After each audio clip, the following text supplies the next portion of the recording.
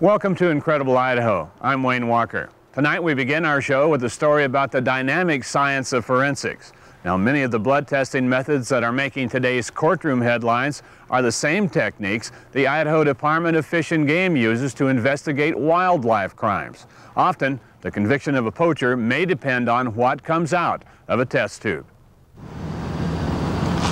A typical scenario may begin with a Fish and Game conservation officer following up on a tip phoned in by a witness. Let's say a citizen called Officer Bob Sellers to report that he had seen someone shoot a deer out of season. Bob's first step would be to visit the scene of the alleged crime to search for evidence of an illegal kill. Okay, it looks like we've got some blood here laid out by an animal that was wounded, passed through the area. So what we want to do is collect as much as we can to allow the lab to be able to analyze it to determine what type of blood, like deer or elk, and just to get as much information as we can.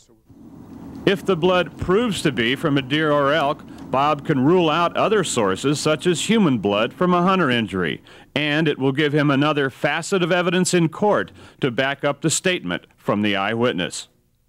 It's very important. Without the lab to back up the evidence that we find out in the field, some of the cases that we were able to detect and determine a violator, we wouldn't be able to prove in court.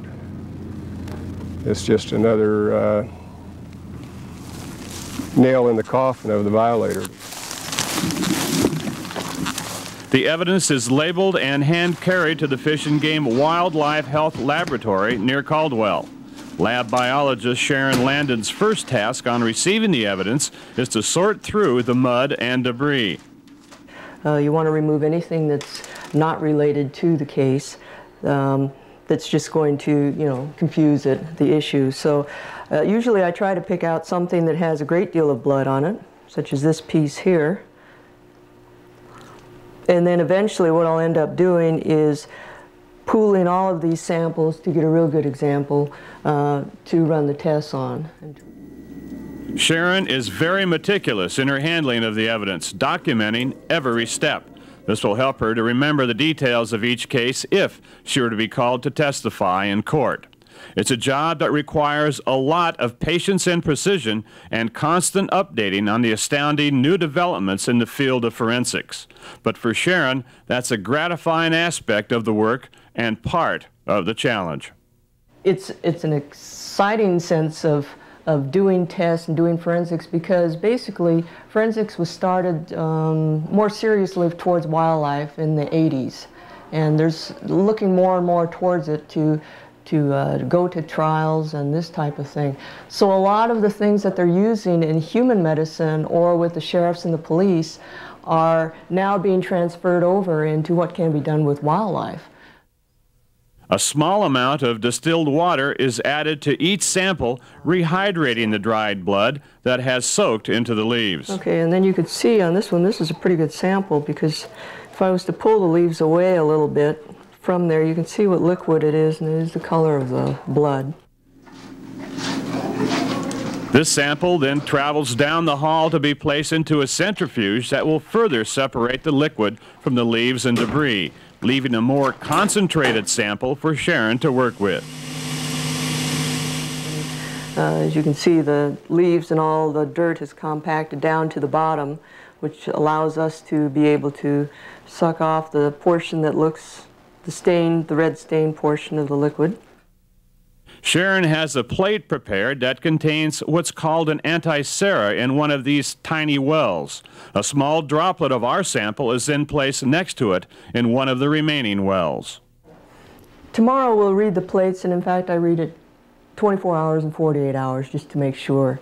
And I'll read the plate to see if there's any reaction between your sample and what I've put down, that it will be able to identify whether this is in the in this particular case, it would be the deer family. But this is just one example of the forensics work performed in the Fish and Game Health Lab. Often, Sharon will get a request from an officer to identify a species from some hairs found in the bed of a pickup. This is a mule deer hair magnified under the microscope. They bring a variety of things, and it's just unreal what they can bring, but it all pertains to the scene of what happened there and what they think would prove whatever they're trying to prove.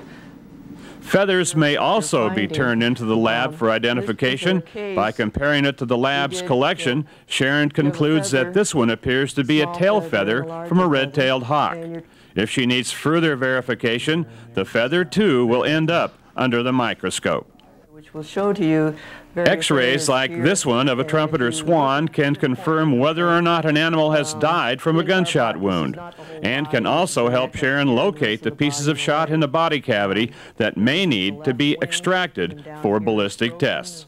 These white spots here are where there's metal that the X-ray is not going through, and then over here, you can even see the fracture of the bone. So the wing was actually broken as well as being shot in the shoulder portion. And then there's trumpeter swans are a protected species, so this data could prove very valuable to the arresting officer. But whatever the evidence, the challenge for Sharon is to always keep an open mind and to question everything.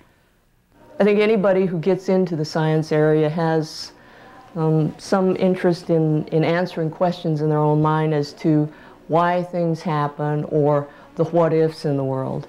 And doing forensic is more like doing it's like mini mysteries in which a case comes in and you have to take each piece and put it together to see if it fits into the story or into the setting or whatever.